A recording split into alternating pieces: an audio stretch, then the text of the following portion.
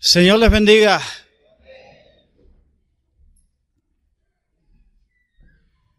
Bien.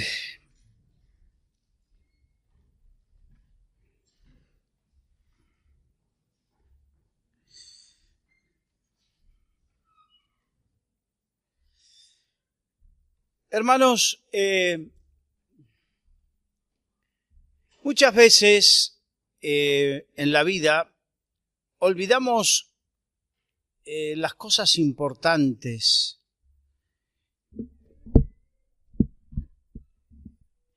Hoy quiero hablar acerca de un tema que muchas veces no nos gusta y que es la prueba. Amén. El desierto, el momento difícil, la circunstancia adversa. A veces, por hacer énfasis en determinada enseñanza, se cae en un extremo, se cae en precisamente lo que podríamos decir la deformación del verdadero espíritu de la palabra, de esa enseñanza. Y entonces, al caer en eso, también caemos en prejuzgar o juzgar indebidamente, como sucedió en muchas situaciones. La Biblia dice que el que esconde su pecado no prosperará, mas el que lo confiesa y se aparta alcanzará misericordia. Habla precisamente del problema de aquellos que tienen un pecado oculto y permanecen en ese pecado oculto, una vida oculta. Y entonces, en función de esa enseñanza, se llegó al otro extremo donde cualquier persona que esté pasando un problema, una dificultad, enseguida decimos, tiene un pecado oculto. Amén. Enseguida estamos con el dedo acusador.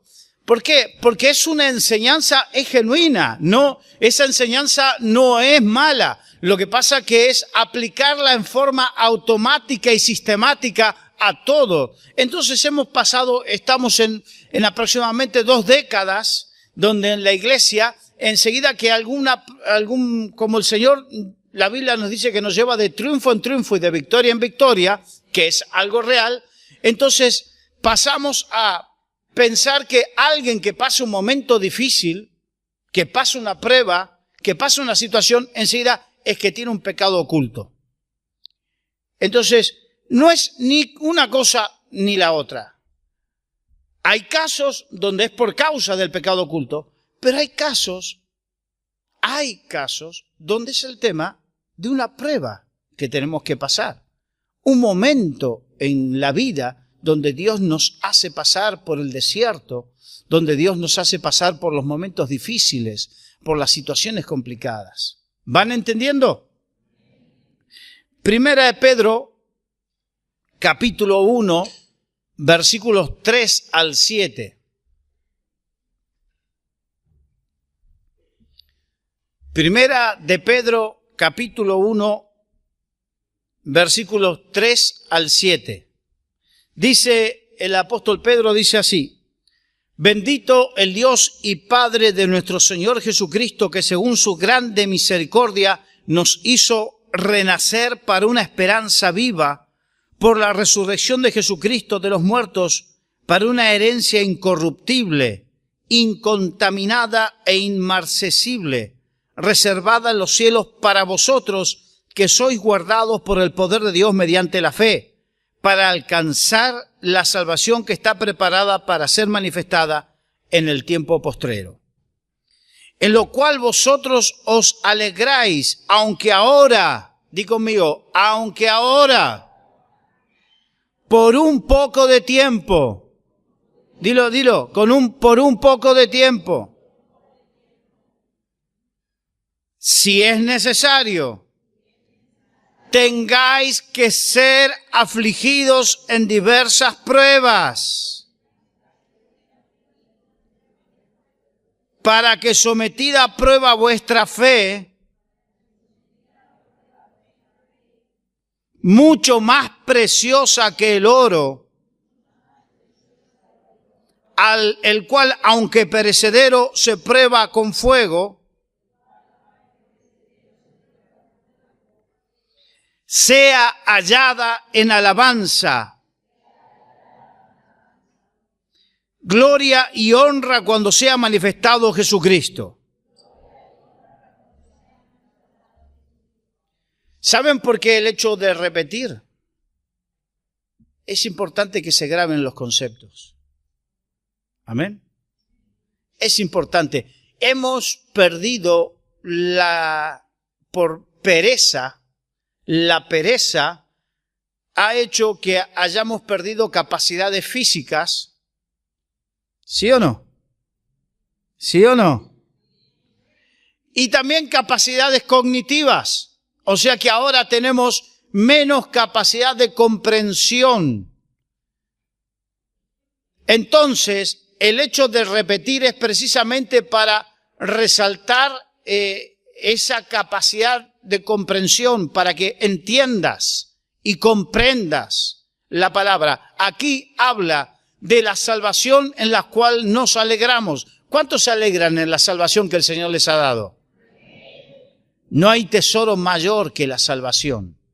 Amén. No hay tesoro mayor que la salvación. Yo no sé cuál es tu mayor tesoro. Yo sé que aquellos padres que tienen un hijo o varios hijos le dicen mi tesoro, y no el Señor de los Anillos. Pero es lógico, es el tesoro precioso, es fruto de tu vientre.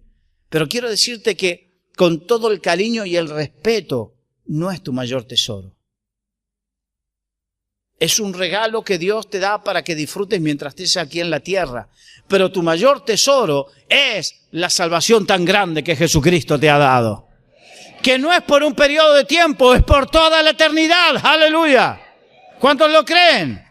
Por toda la eternidad.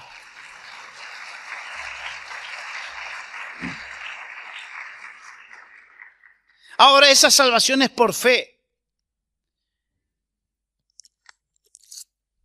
Al igual que todas las promesas que el Señor nos da son por fe. Ahora, también nos dice en este texto bíblico que esa fe es probada y es purificada. Es probada y es purificada. A mí me gusta la historia de Job. ¿Cuántos conocen a Job? Aquí en España se le dice el santo Job, por una cuestión cultural. Pero claro, nos gusta la historia de Job, pero que le ocurra a otros, no a nosotros. ¿Sí o no? En la historia de Job, a mí me encanta que el primer versículo dice, en el libro de Job, capítulo 1, versículo 1, dice, hubo en tierra de Uz un varón llamado Job, y era este hombre perfecto y recto, temeroso de Dios y apartado, temeroso de Dios y apartado. O sea que no tenía pecado oculto. Amén. Vuelvo a repetir y a dejar claro. No es que estoy en contra de la enseñanza del pecado oculto. Es justa, es real. Lo que pasa es que no nos vayamos al otro extremo. Y aquí tenemos el ejemplo de un hombre que no tenía pecado oculto, era justo. Temeroso de Dios y apartado del mal. La Biblia lo resalta de una manera como para que no quepa ninguna duda acerca de la idoneidad de Job. Y nos cuenta, nos relata, a ver si entendemos, el libro de Job se considera que es un libro poético. No, los libros, según su estilo literario, se consideran de diferente manera. Hay históricos, poéticos. Este es un libro poético. Se considera también que es el escrito más antiguo de todos. Que la historia que cuenta transcurre en un periodo que va entre el diluvio, o sea, después del diluvio y Abraham. En ese periodo histórico. En ese periodo, donde recordemos que Dios se le manifestó a Abraham posteriormente y creó un pueblo posteriormente. Pero allí estaba este hombre que tenía una relación personal con Dios y una relación de amor y de temor santo y reverente. La Biblia dice que el principio de la sabiduría es el temor de Dios, el temor de Jehová. Y de tal manera era que sigue contando lo que les voy a relatar. Yo sé que hay algunos teóricos, sobre todo teóricos de lo que es la lucha espiritual o la presencia de los demonios y que cómo Satanás pudo presentarse delante de Jehová. Miren, lo que sí sé es que más importante que si exactamente fue así es como poéticamente nos pinta una situación. Recordemos que nosotros vivimos en un cuerpo que está limitado en nuestra capacidad de conocer y entender el universo. ¿Sí o no? Estamos limitados por lo que llama tiempo y espacio. Pero Dios es eterno. Y cuando nosotros partamos de esta tierra, estaremos en un cuerpo glorificado que será eterno y no estará limitado al tiempo y espacio como estamos nosotros, ni al conocimiento. El apóstol Pablo cuenta en 2 Corintios que en un momento dice que fue arrebatado al tercer cielo, no sabe si en el cuerpo o fuera del cuerpo, y que vio cosas inefables que no puede describir, que no podía decir. Entonces, aquí el autor del libro de Job está contando una escena que no sé exactamente cómo pudo haber ocurrido, porque es una escena espiritual, no sé si ustedes me entienden, pero nos pinta es como pintar un cuadro, pero lo pinta mostrándonos una verdad, y es que nosotros, al igual que Job, nosotros estamos en medio entre Dios y Satanás. Y este hombre, Job, su vida era agradable a Dios, que en un momento Dios agarra y dice: ¿no has considerado a mi siervo Job, que no hay otro que sea tan justo como él, tan bonito, tan precioso, que cante las alabanzas que él canta, que dé las ofrendas que él da, que sea tan fiel, que esté en todos los cultos, que siempre esté a disposición del pastor para ir a servir, que esté amando al prójimo como a sí mismo, que... Amén. Te lo estoy parafraseando.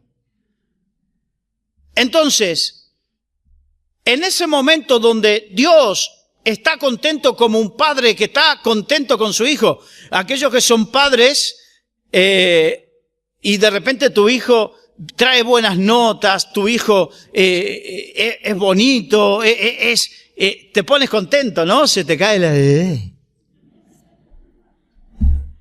Suele suceder, ¿no? Con mi madre no pasaba eso porque siempre... Si te contase la pobre. Pero bueno, la cuestión es que como Dios, que es Padre, estaba así de contento y gozoso recordando a su hijo Job, apareció Satanás, que venía de rondar la tierra. Por eso también Pedro escribe que Satanás anda como un rugiente buscando a quien devorar. Por eso tenemos que estar cuidadosos. Y dice que Satanás fue y se presentó delante de Dios y descubrió algo que tenemos que entender. Y aquí vamos a abrir un paréntesis para aquellos que viven permanentes temerosos. Gente que vive temeroso del mal, temeroso de las brujerías, temeroso de las envidias. Gente que vive permanentemente, es que lo que me pasa es que me tienen envidia. Bueno, aquí no se escucha tanto, pero en nuestra tierra sí que se escucha. Es que me han hecho una brujería. ¿Sí o no? Hay gente que vive temeroso de eso. Yo estuve hablando con un joven el otro día, no aquí, sino a través del Skype, con un joven en Argentina, que me contaba de un problema que estaba teniendo muy grave, y me dice, es que me han hecho un trabajo de brujería. Y yo le dije, pero si tú conociste al Señor, te criaste en el Evangelio, si tu padre te instruyó en el Evangelio, y tú cuando fuiste grande y quisiste hacer tu vida, te apartaste de Dios. Entonces no es problema si te hicieron una brujería. El problema es que no viviste conforme a la voluntad de Dios. ¿Por qué? Porque cuando vivimos conforme a la voluntad de Dios, mismo Satanás lo reconoció. Satanás lo reconoció y dice, ¿cómo no va a alabarte y no va a bendecirte si tú le has cercado, has hecho un vallado a su alrededor? Hermanos, ¿cuántos son hijos de Dios? ¿Cuántos viven tomados de la mano de Dios? Hermanos, esto significa que si vivimos agradándole a Dios, Dios tiene un vallado alrededor nuestro. ¡Aleluya! La Biblia dice...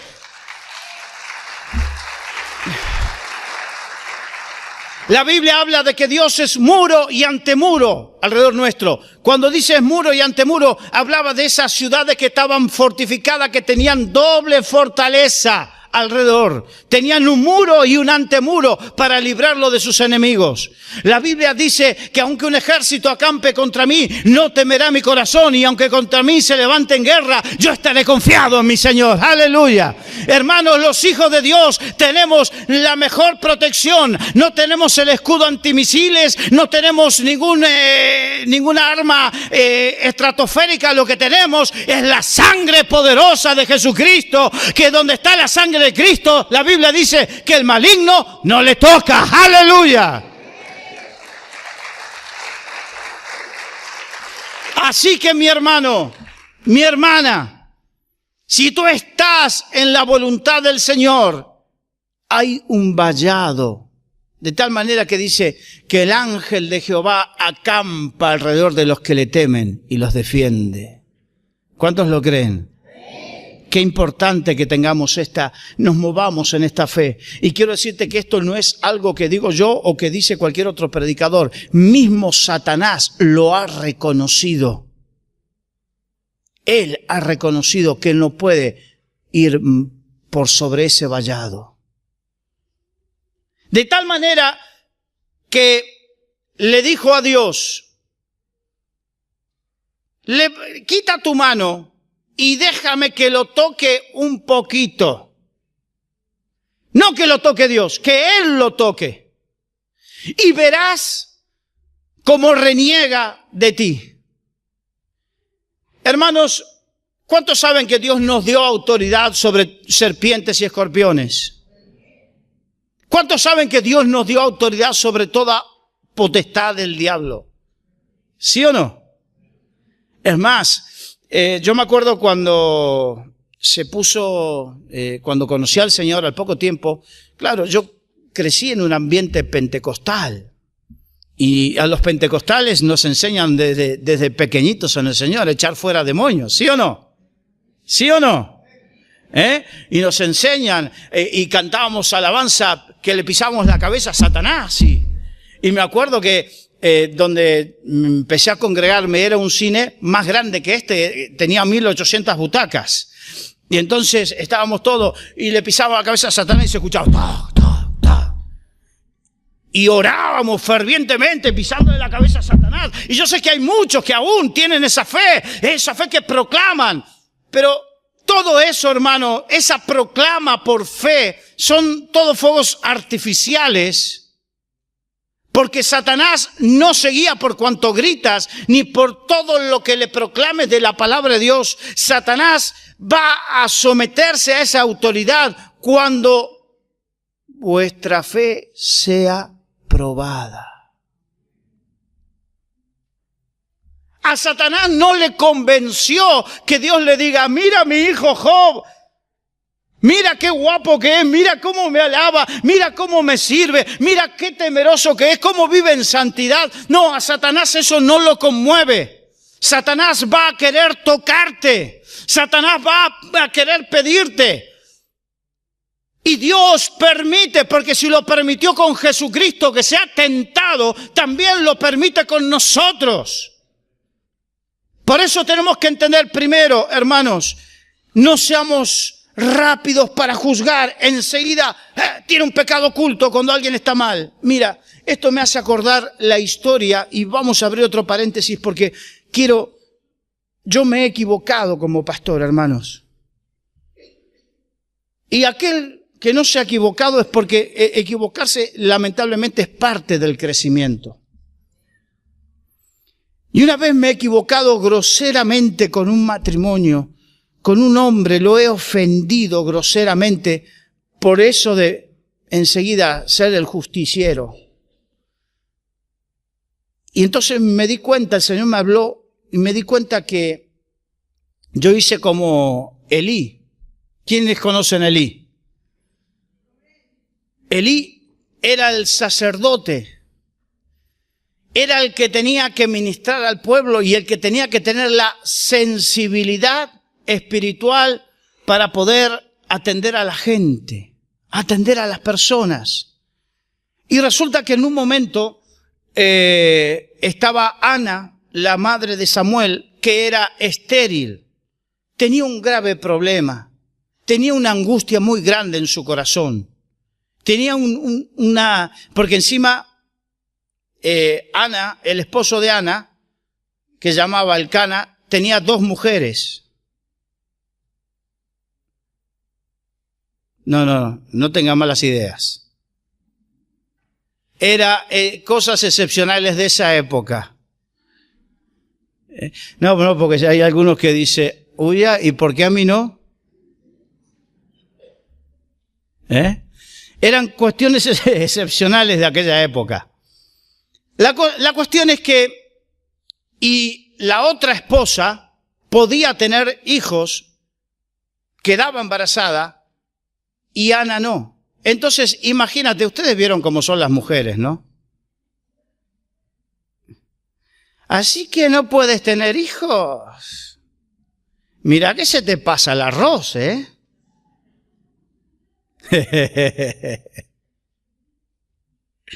Imagínate el corazón de esta mujer. Y se va a llorar al templo, a la presencia de Dios. Y cuando está ahí llorando amargamente delante de la presencia de Dios, viene el sacerdote y la juzga y la trató de borracha. La trató de que estaba alcoholizada. En ese momento, hermanos, tengamos temor de Jehová, de juzgar al prójimo. Que podemos equivocarnos y causar un gran dolor. Por eso la Biblia dice que aún el necio, cuando calla, pasa por sabio. Aún el necio, cuando calla, pasa por sabio. Yo tengo un problema en mi iglesia, es una iglesia pequeña, pero el problema que tengo es que es gente que le gusta leer la Biblia. Es gente que le gusta estar en las cosas del Señor y le gusta. Tengo varios que están ahí con ganas de crecer y desarrollarse. Pero ¿sabes cuál es el problema? Porque muchos me dirán, ¿y cuál es el problema? El problema es que de tantas ganas que tienen, enseguida empiezan, estás en pecado o tienes un pecado oculto. Y empiezan a juzgarse y a preguntar, ¡pero calla! ¿Cómo es que decía, cállate, cállate, que me desesperas? Ustedes se ríen, pero no saben cómo a veces tengo que estar apagando fuegos. Porque la Biblia dice que la lengua puede producir un gran fuego. ¿O no? Lo dice Santiago, cuán grande fuego, la lengua. A veces yo diría, Señor, ¿cómo hiciste con Zacarías que lo dejaste mudo? A algunos le vendría bien. Pero la cuestión es que Elí se equivocó groseramente, no tuvo sensibilidad espiritual, no tuvo ese tacto. En mi tierra dicen menos tacto que pata elefante. No tuvo ese tacto. Hermanos, tengamos ese tacto y ese temor. Aquí vemos a un hombre que estaba siendo probado, porque en el momento en que Satanás dijo, déjame tocarlo, Dios le dio el permiso para tocarlo, y en ese momento, en un lapso de tiempo, la Biblia lo cuenta en pocos capítulos, se le murieron los hijos, era muy rico, tenía mucho ganado, incendios le quemaban las cosechas, perdía el ganado, se le murió todo. Lo único que le quedó, la esposa. Y por lo que leemos más adelante, hubiésemos dicho, ¿por qué no te la llevaste también?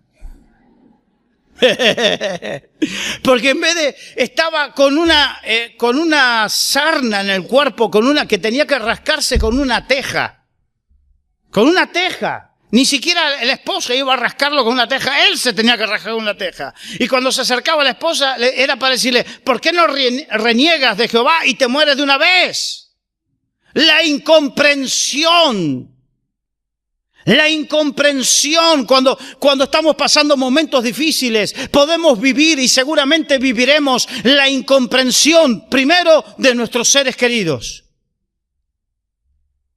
Quizás hay alguno de ustedes que está diciendo, pero ¿por qué me pasa lo que me pasa? ¿Por qué nadie me entiende y nadie me comprende? Simplemente hay momentos donde podemos y viviremos la incomprensión, aún de seres queridos y aún de estos cuando son creyentes. La fidelidad en medio de la incomprensión. Y después se le acercaron 3 amigos y después un cuarto. Y estos amigos, en vez de acercarse para alentarlo, supuestamente eran amigos espirituales, se acercaron para convencerlo y decirle, ¿por qué no confiesas tu pecado?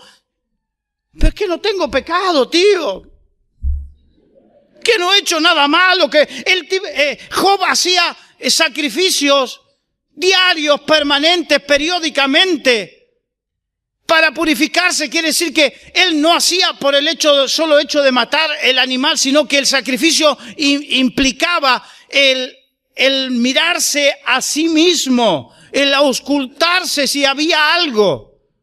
Lo cuenta, lo relata la Biblia. El hombre era temeroso, no tenía un pecado oculto, pero los amigos que se le acercaban y que supuestamente eran también creyentes, en vez de alentarlo, en vez de ayudarlo, lo que hacían era, Job, lo que te está ocurriendo es por el pecado, la incomprensión de la esposa, la incomprensión de los amigos. Ay, hermanos, qué duro que es todo eso. Por eso, pero es lo que tenemos que vivir, porque Dios permite que seamos probados. Dios prueba nuestro corazón. En 1 Crónicas 29, 17 dice, yo sé, Dios mío, que tú escudriñas los corazones y que la rectitud te agrada. Por eso yo, con rectitud de mi corazón, voluntariamente te he ofrecido todo esto. Y ahora he visto con alegría que tu pueblo reunido aquí ahora te ha dado para ti espontáneamente. Dios prueba los corazones. Amén. ¿Qué hay en el corazón? Miren, en la vida uno no sabe exactamente cuánto puede dar o cuánto puede rendir hasta que no se ve en una situación límite. ¿Sí o no? Es fácil decir, te amo, Señor, cuando todo va bien. La cuestión es, ¿amas al Señor cuando las cosas no van bien? Job no renegó de Dios. Job no quiso renegar de Dios, se mantuvo en su fe a pesar de los problemas. ¿Amén? ¿Tú te mantienes en fe a pesar de las circunstancias difíciles? No me digas amén, porque hay algunos que se estarán mordiendo la lengua.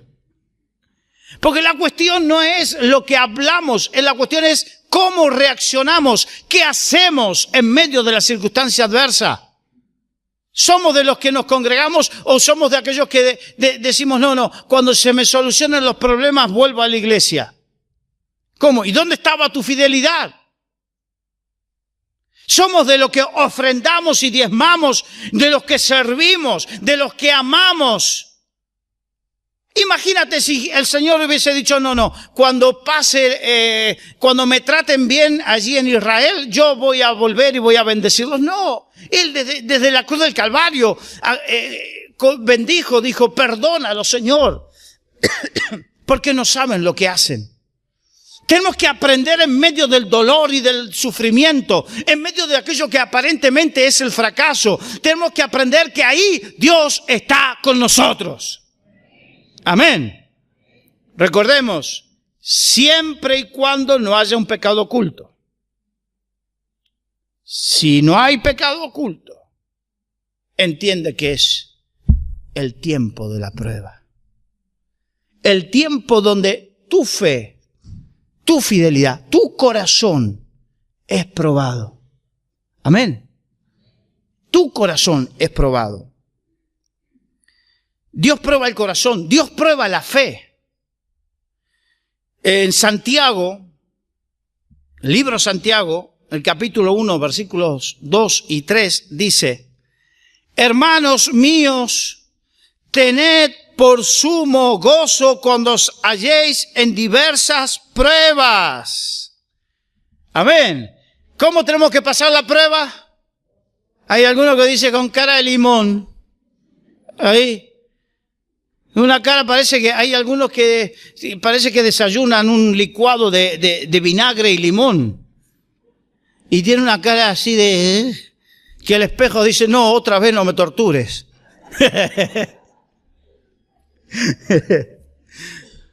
Y entonces está con ese rostro desapacible. Y de repente le preguntas, hermanito, ¿qué te pasa? Es que estoy en prueba. Y si estás en prueba, si verdaderamente eres lo que tienes que ser, la prueba tienes que pasarla con sumo gozo. Amén. Sumo gozo. Aleluya. Digo conmigo, sumo gozo. Y aparte, las pruebas, generalmente la queja que la gente tiene es, pero me vienen todas juntas. En mi tierra dice, vienen en barra como el chocolate.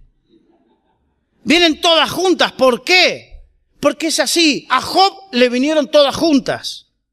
A Job le sucedió todas juntas. No es que de repente, se sobrepuso de que perdió el ganado y se le murió un hijo. Que eso, ¿quién se sobrepone? El viernes estuvo en el velatorio de un hermano que perdió una hija de 36 años.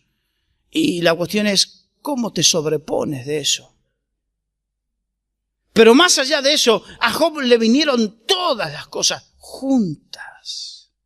No te extrañe, hermanos, que todas las cosas vengan juntas, que todos los problemas vengan juntos. Porque ahí, de esa manera, es como es probado nuestro corazón. Como es probada nuestra fe. Sabiendo que la prueba de vuestra fe. En definitiva, ¿qué es lo que es probado? La fe. Por eso, hermanos, cuando le decimos, Satanás, tengo fe y te reprendo y te echo fuera y te piso la cabeza y te meto el dedo en el ojo, lo que quieras. A Satanás eso no lo conmueve. Pero cuando hay un hijo de Dios que está sufriendo por dentro, pero igualmente con lágrimas en los ojos y con un nudo en la garganta, glorifica al Señor. Cuando hay un hijo de Dios que a pesar del dolor y de la aflicción está allí sirviendo a Dios y haciendo lo que tiene que hacer a pesar de todo, eso sí que Satanás lo respeta, porque ese hijo y esa hija sí que tienen autoridad de parte de Dios. Tienen verdadera fe aprobada. Amén. ¿Cuánto dicen gloria a Dios? Dios prueba la obediencia. Porque la Biblia dice que obediencia quiero más que cualquier sacrificio. El gran problema de Satanás fue que su orgullo lo llevó a desobedecer. El gran problema de Adán y Eva fue que, inspirados por Satanás, fueron inspirados ¿a qué? A la desobediencia. La prueba nos muestra cuán obedientes somos. Éxodo 16:4 dice: y Jehová dijo a Moisés: he aquí yo os haré llover pan del cielo, y el pueblo saldrá y recogerá diariamente la porción de un día, para que yo lo pruebe, si anda en mi ley o no. Aleluya. En definitiva, la prueba es para saber si somos obedientes o no.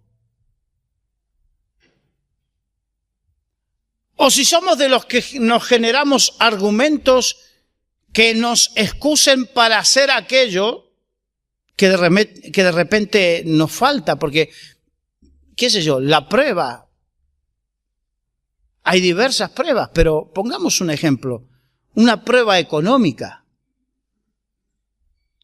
Una prueba económica. ¿Le seguirás, en medio de esa prueba económica, seguirás siendo fiel en el diezmo y en la ofrenda? No me lo digas a mí, yo no soy cotilla, a mí no me interesa. A mí lo que me interesa es que mucha gente dice, es que, ¿cómo voy a diezmar si tengo poco? Precisamente ahora es el momento donde es probada tu fe, porque si en lo poco fueres fiel, es el principio de la obediencia en medio de la necesidad. La necesidad es un momento de crisis y vamos a trasladarlo no solamente a la necesidad económica, sino trasladémoslo a la necesidad en todas las áreas de nuestra vida, donde somos probados, es probada nuestra fe. Si hacemos lo que Dios dice o nos buscamos argumentos para satisfacer esa necesidad, independientemente si es lo que a Dios le agrada o no. ¿Se entiende? ¿Se entiende? Porque si tenemos que traer ejemplos concretos, no me corto un pelo. La cuestión es que la obediencia es probada. Romanos 8:28. Yo lo quería dejar para el final, pero todavía no va a ser el final. 8:28 y 29, el apóstol Pablo dice: y sabemos que los que aman al Señor, a Dios, todas las cosas les ayudan a bien. Esto es, a los que conforme a su propósito son llamados. Porque a los que antes conoció también los predestinó para que fuesen hechos conforme a la imagen de su Hijo, para que Él sea el primogénito entre muchos hermanos. Amén. ¿Cuántos lo entienden? Hermanos, Dios nos llamó para ser como Cristo. Cristo fue probado, Cristo pasó por el desierto, Cristo fue tentado en todo, mas no pecó. Quiero decirles, hermanos, para que entendamos que la tentación o la prueba en sí misma no es pecado. Lo que sí es pecado es ceder. Hay un término que a mí me gustó aprender cuando Elías confrontó a los profetas de Baal. Y después de que los profetas de Baal hicieran todo lo que hicieran y no descendió fuego del cielo, entonces Elías fue y preparó el sacrificio, preparó el holocausto. Y en ese momento llamó a todo el pueblo y le dijo al pueblo: ¿hasta cuándo claudicaréis entre dos pensamientos? Si Jehová es Dios, seguidle, y si Baal es Dios, id en pos de él. La palabra claudicar es la palabra significa ceder. ¿Hasta cuándo vamos a ceder entre dos maneras de pensar? ¿Y cuándo es el peor momento para ceder? ¿Cuando somos fuertes o cuando somos débiles? ¿Cuándo fue tentado Jesús para convertir las piedras en pan? Cuando pasó hambre. La tentación, la prueba, viene en el momento de nuestra debilidad, no cuando somos fuertes. Por eso la verdadera fe se manifiesta, la verdadera fortaleza espiritual se manifiesta en resistir cuando estamos débiles, cuando todo viene mal. No como muchos hacen, que todo me viene mal, me voy, abandono. No, hermanos, cuando todo viene mal, me refugio en el Señor, me fortalezco en el Señor. La Biblia dice, fortaleceos en el Señor y en el poder de sus fuerzas. Job se fortaleció en el Señor en los malos momentos y Dios le dio la victoria, porque después, cuando termina el libro, en el capítulo 42 del libro de Job, dice que y restituyó Jehová a Job el doble. En definitiva, cuando pasamos por la prueba y Dios nos aprueba, lo que aparentemente pudimos haber perdido, Dios nos restituye más. Por eso, hermanos, en este día, ¿cómo está tu fe? ¿Cómo están tus cosas?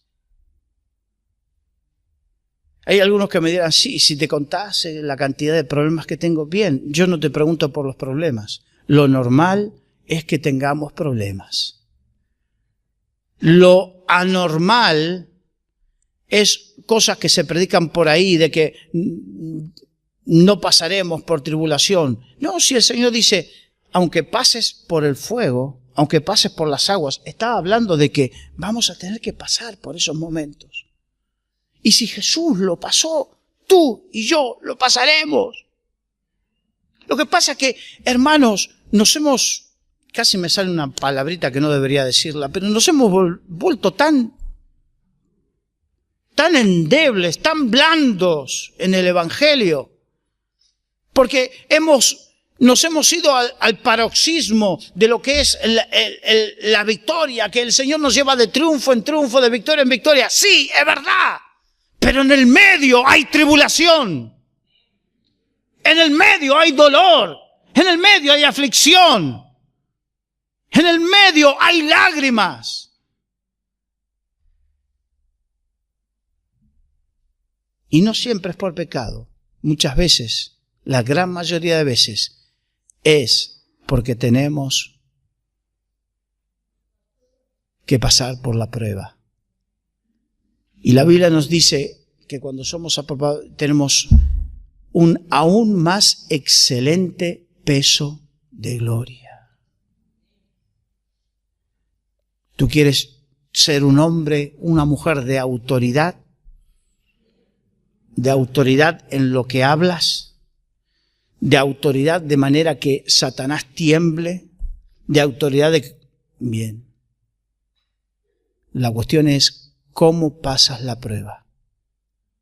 Ahí viene la autoridad. Amén. Vamos a cerrar los ojos.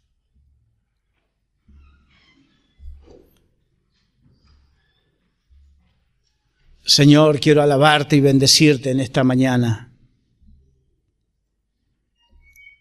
Y quiero pedirte, Señor, que tu mano poderosa esté aquí con tu pueblo, con aquellos que están pasando diversas pruebas, con aquellos que están pasando, Señor, cosas que como Job no entendían, no comprenden por qué les está viniendo.